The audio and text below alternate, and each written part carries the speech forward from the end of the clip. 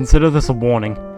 In the event it ever comes to you during a moment of weakness, as it did to me all those years ago, say no to the Pastel Man. It doesn't matter how much you love the person that it promises to help, nothing is worth what it wants in return. I tell you this in hopes that you don't make the same mistake I did that cold winter night, kneeling beside my father's writhing body on the living room floor. It was 1997 when I first encountered the creature, and ever since, not a day has gone by where its awful face hasn't haunted my thoughts.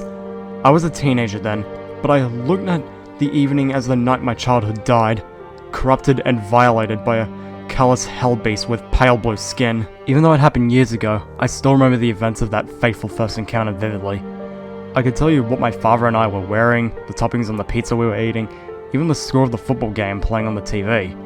It was around halftime when my father's speech started to become slurred, which I found odd since he had been nursing the same bottle of beer since kickoff.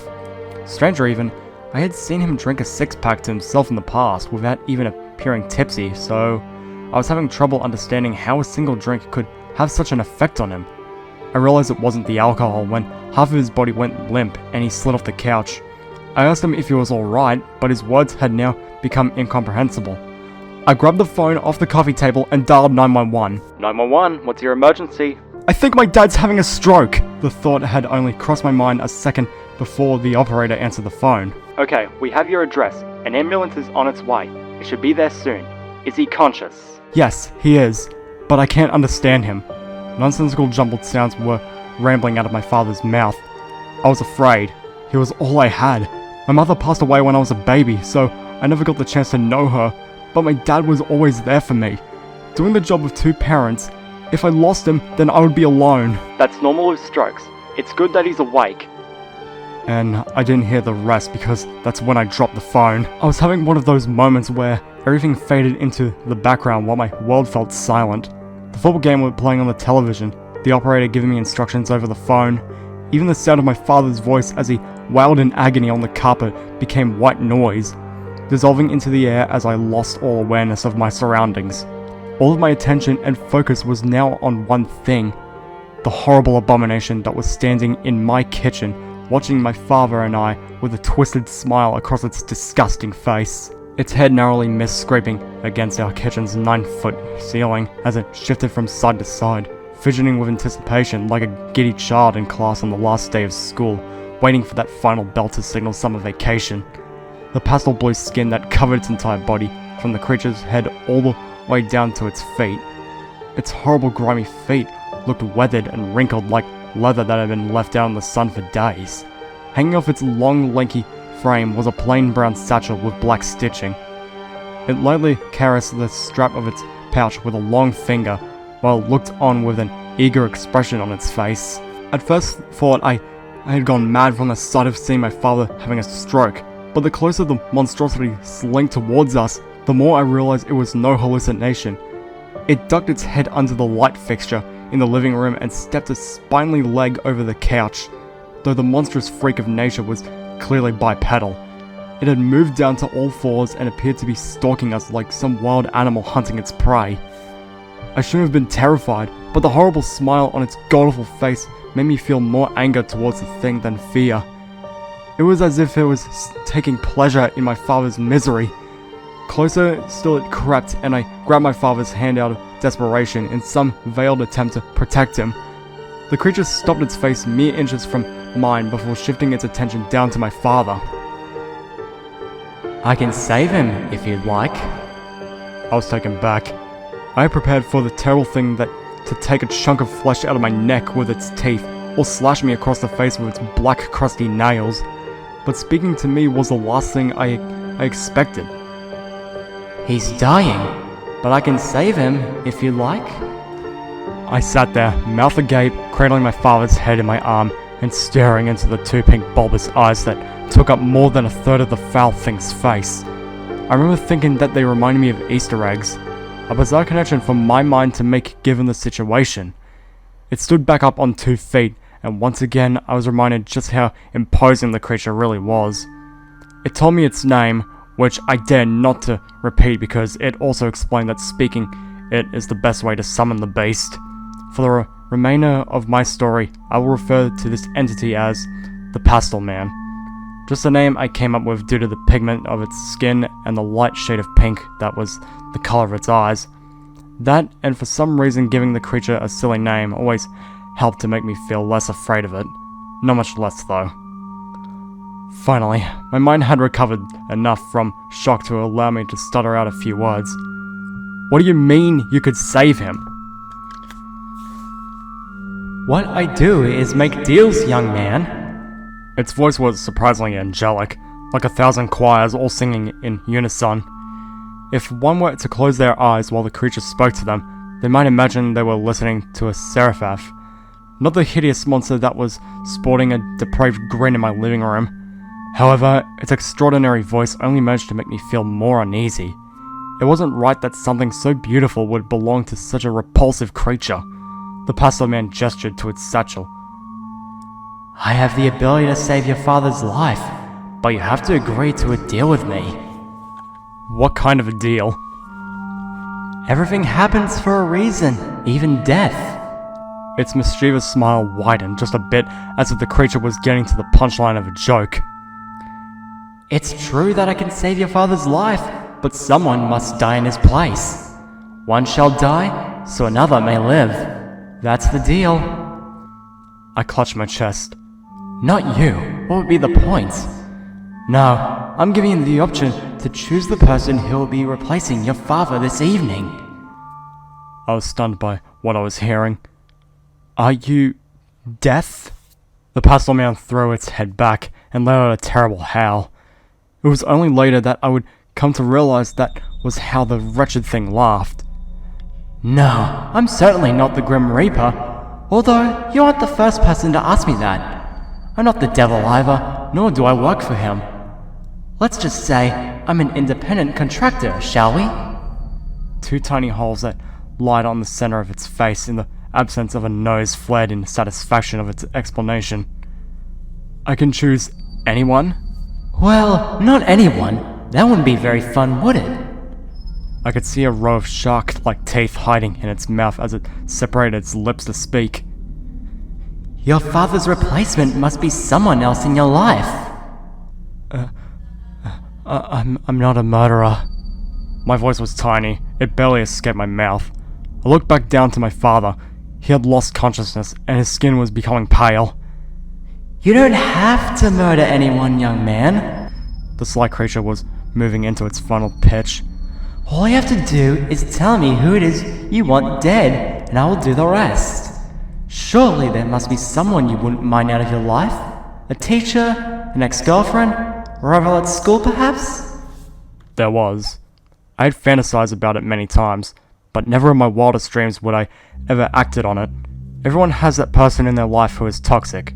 Someone who makes getting up in the morning more difficult, and I was certainly no exception. Walter Flanagan, I muttered under my breath. Who? Walter Flanagan. He's the guy at school who gave me this. I lifted my shirt and showed it the handprint-shaped bruise on my chest that Walter had given me during one of his infamous hazing sessions in the locker room earlier that week. He's been shoving me into lockers and beating me up since I was a freshman. The faculty doesn't do anything since he's the best football player in the history of our school. He's a 5-star recruit going to a huge college next year. ESPN even did a piece on him. Ah. The Pastel Man began to snicker to itself. It somehow widened its already enormous pink eyes even more, then crouched back down to get face to face with me again. What fun is being a king without serfs to torment, eh? Well, I'm tired of being tormented, so just go and kill him before I change my mind. The Pastel Man shot a massive hand out and wrapped its long fingers around my face. The grin that it was wearing since I first laid eyes on it had now been replaced by a scowl. You do not tell me what to do! Are we clear? I nodded sheepishly. The grip it had on my face was so tight, I understood then and there that if I wanted to, the creature could easily snap my neck or crush my skull like an egg. Good. Because it's not so simple, young man. There are steps that must be taken. Steps? Yes. A playful smirk once again returned to the Pastel Man's face. You will have to be present when this Walter Flanagan dies. In fact, I need you to summon me or else I can't complete my end of the bargain. Get the boy alone and speak my name. You must watch him die by sunrise or else you will be violating the terms of our agreement. So do we have a deal? I nodded again, and the monster released its hold of my face before snatching my hand. Its giant paws swallowed my palm as we shook to cement the deal. Excellent! With this handshake, our deal is binding, young man. I watched curiously as the Pastel Man reached into its satchel and fumbled around until it found what it was looking for. In between its repugnant fingers, it had held a strange-looking insect about the size of a quarter.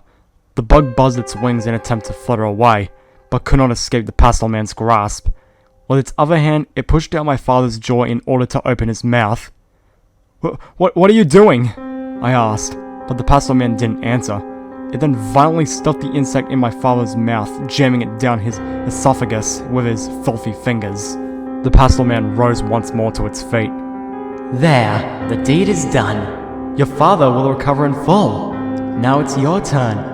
Remember, the boy dies by sunrise or the deal is off. It turned its back to me and began to slither away.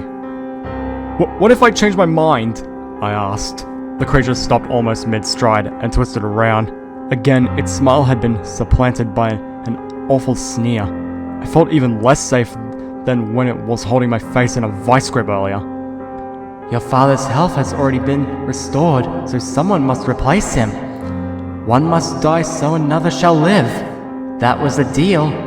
If you fail to complete your end of the bargain, then that someone will be you. Believe me when I say this, young man. I don't need to be summoned once our deal has been broken. I will come for you. That is a promise. And when I do, you're going to wish you never crossed me. With that, it continued out of the kitchen and through the back door. I chased after it, but by the time I got outside into the backyard, the thing had disappeared. It was then that I spotted the lights of an ambulance as it pulled up across the street from my house. I flagged down the EMTs and led them to my father. It wasn't difficult to find Walter. I knew exactly where he was going to be, but I had completely lost track of time while waiting to hear from my father's doctors in the ICU. I had to hurry to Eddie Gillen's house. Eddie's parents were out of town, and he had been talking all week at school about the rager he planned on throwing. There were two things I knew about Walter. One, Eddie was his best friend, and two, he never missed a party. It was somewhere around 3:30 a.m. when I pulled my car up to Eddie's. I parked a little ways down the street so I wouldn't be spotted, because I had gotten held up at the hospital. I feared that I had missed my chance to catch Walter. My concerns were alleviated when I saw his raised pickup truck still parked in the driveway. Another thought crossed my mind. What if Walter had gotten too drunk and passed out? I tried to think of a way to get into Eddie's and get Walter alone long enough for the Pastel Man to do whatever it was he had planned.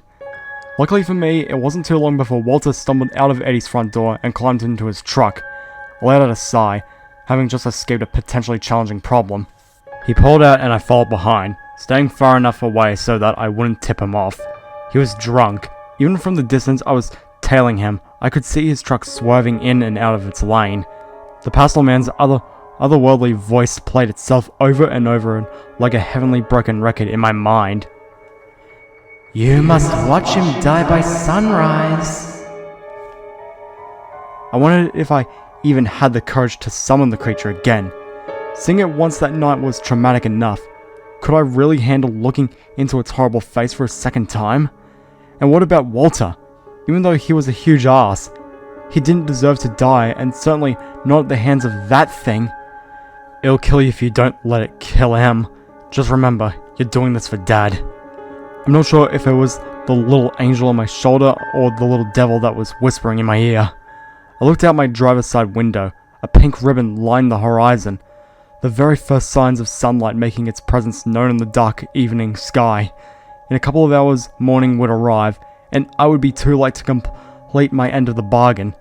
I would see the Pastel Man again one way or another. Walter lived up in the foothills outside of town where some of the wealthier people owned homes. I had been there once for a school project, one where I did all the work and he ended up taking the credit. We had come to a part of the road leading towards his house that cut through a wooded area. I knew there would be no houses for a stretch, so I decided that was where I would make my move.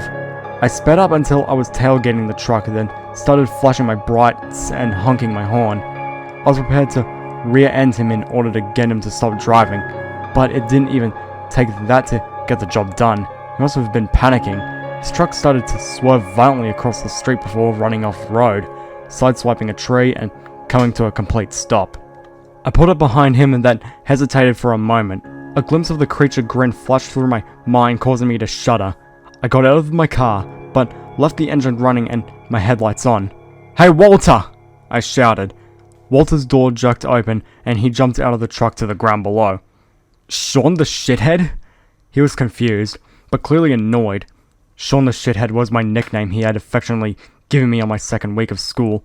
Within a month, he had my entire class calling me it. "You think that was funny? I'm gonna fuck you up, you little bitch!" He stormed towards me with both fists clenched. Again, doubts crossed my mind about whether or not I could pull the trigger. Guilt began to pump through my veins. Walter's life was about to end, and it was going to be because of me. Memories darted through my consciousness. All the after-school beatings I took at the hands of Walter, the Pastel Man's wicked smile, the look on my father's face as he kicked and screamed on the living room floor. Finally, those words spoken through that unnervingly angelic voice of that terrible monster. "One must die, so another shall live." Walter was moving closer. It was now or never. I had to choose whether or not I would summon the beast before the decision was out of my hands. I shouted the Pastel Man's real name out in a burst of emotion aimed directly at the star football player. Walter paused for a moment, looking at me in confusion, then recollected himself and proceeded towards me. Again, the Pastel Man was nowhere to be seen. For the second time that evening, I wondered if I had gone insane. Could everything that had happened to me that night been in my head? What was real? Was my father even sick? Again, I repeated the thing's name in an effort to summon it, but this time it did nothing to hinder Walter's pursuit of me.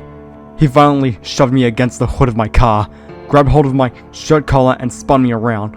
Walter raised his fist to hit me. I winced and put my hands up in order to prepare for impact, but he never struck me. It only when I opened my eyes that I realized I wasn't crazy. Walter's face was white. His mouth hung open just as mine had when I first caught sight of the Pastel Man earlier that evening. I turned my head to see that unmistakable long, lanky body slink out of the shadows and in front of my car's headlights. Its face still wore that warped smile, and I knew just beyond those thin lips was a mouth full of tiny daggers capable of tearing muscle from bone. Neither Walter nor I said a word. I think I might have been almost as terrified as him. My stomach began to feel sick as the Pastel Man stalked even closer. I didn't look at Walter's face. How could I? The boy was about to die at the hands of this horrible monster, and it was my fault. I didn't have to summon it. I didn't have to shake its hand. I'm sorry. I truly was, and I still am. I hadn't taken my eyes off the Pastel Man, but I think it had more to do with not being able to look Walter in the face than fear for my life. Walter said nothing. My car's headlights fell on the creature's face, and now we could both see it clearly. The Pastel Man's large pink eyes seemed to glow bright in the light of the headlamps. Walter let go of me and made a break for his truck, but the hell beast pounced on him with a surprising amount of speed and agility that I had not yet seen it demonstrate. His screams were met with only apathy from the creature as it dug those filthy black fingernails into Walter's abdomen. I tried to look away, but the Pastel Man made sure I remembered our agreement. "You must watch, young man! Don't forget, we had a deal!" I forced myself to look back at the massacre. The creature's smile had mutated from mischievous to depraved. It looked as if it was deriving some sort of sick sexual pleasure out of the torture it was putting Walter through. Deeper still, it burrowed its long bony fingers into Walter's stomach. With a jerk, the heinous thing yanked out a handful of his intestines and dragged them across the ground as it approached me, flaring those holes on its face that filled in for a nose, and clearly pleased with its handiwork. "It's over then?" I'm not sure if I was asking or begging the creature as the two of us face each other in the empty street that night. The Pastel Man threw his head back and once again let out that revolting howl. Over? We're just getting started. It headed back over towards Walter, who at this point was crawling along the ground, still trying to get to his truck while his innards trailed behind him. The Pastel Man cut him off and snatched him off the asphalt, easily lifting him by the head with one hand. It toyed with him for a bit, forcing Walter to look into the hideous face. With its free hand, the creature reached into its satchel and pulled out a much bigger insect this time. It was different than the one my father had unknowingly ingested, both in size and in appearance. If the bug that the creature jammed down my father's mouth was the size of a quarter, then this one must have been as large as a golf ball. It was slimy, the mucus-like membrane that encased its body glistened in my car's headlights. The Pastel Man dangled the nasty bug in front of Walter's face for a few seconds. Now, be a good boy and open your mouth. Walter screamed. That gave the blue beast the opening it needed. It thrust the slimy insect in his mouth and passed his tonsils with its filthy fingers. I watched on as Walter gagged, presumably on the oversized maggot as it made its way down his throat. Soon he began to turn blue. I could tell he was choking to death, and even though I wanted to save him, there was nothing I could do. A minute later, and the Pastel Man dropped his lifeless body to the ground. It examined the carnage for a moment, pondering over it as if it was a masterpiece in an art gallery. Then the demon turned away, retreating back towards the shadows and disappeared into the night, without saying a word. I stood there in the road looking at the scene and still feeling sick to my stomach from what I just witnessed. I don't know what I expected to happen after the deed was done. There was no explosion, no brilliant light show where I would watch Walter's soul either drag down to hell or ascend upwards towards the heavens. Just a dead body in the road. A dead boy and his murderer. The Pastel Man was the gun, but I pulled the trigger. In a way, there were two dead boys in the road that evening. I knew that I didn't have time to dawdle. At any moment, a car could have come driving down the street and find me standing in the middle of that massacre. I sprinted back to my car and sped down the street towards town. The coroner attributed Walter's death to a drinking and driving accident, although there was understandably a lot of suspicion regarding the odd circumstances surrounding his demise. The autopsy revealed no evidence of the slimy bug that the Pastel Man had placed in Walter's throat. The town was devastated. I remember a candlelight vigil was held in his honor. A couple of big news outlets covered his death because of Walter's status as an elite college football recruit. My father made a full recovery and just a couple of days after his stroke was released from the hospital. I would go on to graduate high school and meet the love of my life, the very first semester at my university. Her name was Diana, and she was the most beautiful girl I had ever seen. We married shortly after college, settled down, and had a wonderful boy named Matthew. However, I never forgot the hand I played in Walter's death. I have carried that guilt with me since the events of that night. No matter how much I wanted to, I couldn't forget. The Pastel Man wouldn't let me.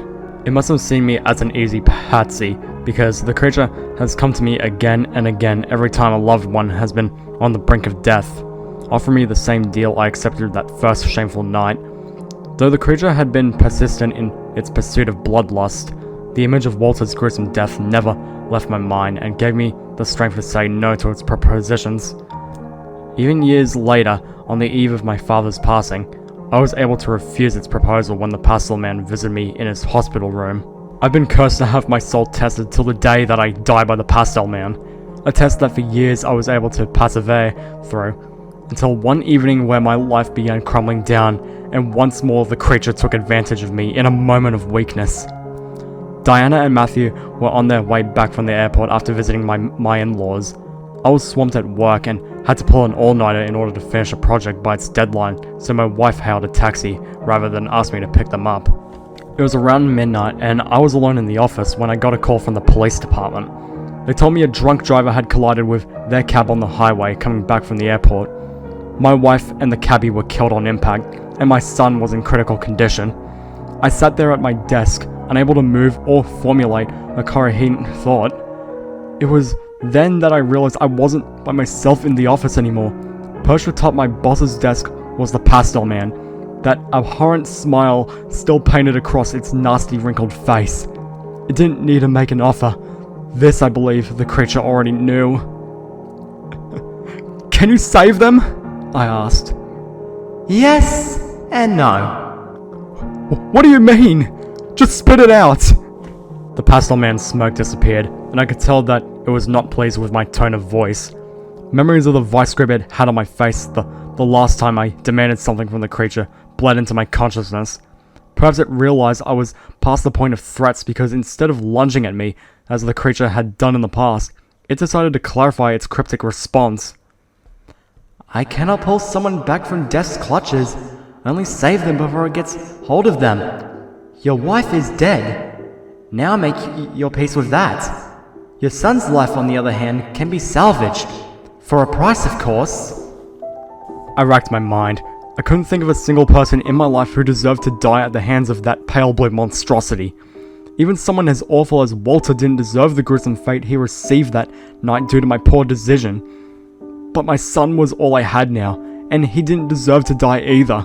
Not because someone else made a poor decision that evening and got behind the wheel of a car that they were too intoxicated to drive. The Pastel Man's glorious voice filled the room again. I seemed to be hearing it from all directions. The drunk driver that crashed into your family's cab is still alive and in the very same hospital as your son. Why not him? For the first time that evening, I looked into the large pink eyes of that creature. You said it has to be someone I know? Semantics. It just needs to be someone who has directly impacted your life. The moment he drove his car into your wife and son's taxi, he became a candidate. The Pastel Man fled the tiny holes on its face with glee the way it always did when it was content with itself. Fine, let's do it, I said. I shook its giant hand to make the arrangement official, and with that, the Pastel Man gave me the instructions to complete our deal. When I met with the doctors at the hospital, they updated me on the condition of my son. We've done all that we can, but he's a fighter. The doctors feigned optimism, but I could see in their eyes that they didn't expect him to make it through the night. They led me to his room and gave me some time alone with him. The Pastel Man was already there when I entered, smiling down on his broken body. Quickly, I shut the door behind me and nodded to the creature. It reached a gangly arm into its satchel and pulled out the same type of strange-looking insect it had shoved down my father's throat. I opened Matthew's mouth, and with two grubby fingers, the creature scrammed the bug deep into his oral cavity. He will make a full recovery. Now it's your turn. The Pastel Man waltzed behind the hospital curtain in my son's room. I knew I didn't have to check to see if it had disappeared. If it were to make another appearance at the hospital that evening, then it would be because I spoke its name. When I agreed to the bargain at my office, the Pastel Man had told me what room the driver was being kept in. His injuries were far less severe than Matthew's, so he was in a different wing of the facility. I could feel my heart pounding as I made my way towards his room. With each step, the beating in my chest grew louder. Already that same feeling of guilt I had felt while I looked down at Walter's corpse lying in the middle of the road washed over me. I was about to take another person's life. Who was I to decide whether someone deserved to live or die? I felt just as ugly and horrible as the Pastel Man looked. Maybe I didn't have pointed teeth or wrinkly blue skin, but if I knew that if I went through our deal, then I was just as big of a monster as it was. I stepped as stealthily as possible through the door, hoping no one would notice me sneak in. As I looked down at the face of the driver lying unconscious in his bed, I instantly felt that familiar sickness in my stomach. He was a boy, no older than Walter the night the Pastel Man and myself unfairly snuffed out his life before it truly had a chance to shine. Walter could have become someone different than he matured, someone capable of doing real good in this world, but he was never given the opportunity. This driver was just a stupid teenager who made a mistake, one that he never get the chance to atone for. I saw Walter in the boy's face, and my stomach began to churn more. I tried to call out the Pastel Man's name, but couldn't. Perhaps that little angel on my shoulder wouldn't allow me. I will not be responsible for the death of another boy. Not this time. I refused to pull the trigger. I walked out of his room and didn't look back. I spent the rest of the evening sitting next to my son's bed. The first few rays of morning sunlight snuck into Matthew's hospital room and caught my attention. I peeked out through the blinds and watched the sun rise for the first time since the night Walter died. It was beautiful. The pink ribbon that lined the horizon had bled into the sky, creating a dazzling purple hue. I had my light show, and it was spectacular. I broke my deal with the Pastel Man, and in doing so, my fate now rests in its filthy hands, hence that it likely plans on burying it into my abdomen. On the plus side, my son will recover in full.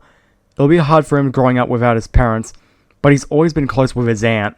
My wife's sister is a wonderful woman with a caring family.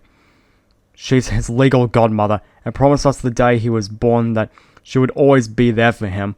Her husband does well for himself, and they've never had a problem with money. The life insurance policy Diana and I took out, combined with the money we have been putting away for Matthew to go to college, will ensure that there should be no financial issues while he's under their care. It's only a matter of time before the Pastel Man comes for me. I have accepted that my death is near, but I'm not scared. In a way, I look forward to it. It's almost as if the boy that died within me on that terrible night has been given another chance. When I die, all the guilt and hate that I've had for myself dies with me, wiped away so that my soul can cross over to a new plane of existence, pure and innocent, the way it was before I ever met that monster. One must die, so another shall live. That's what the Pastel Man said.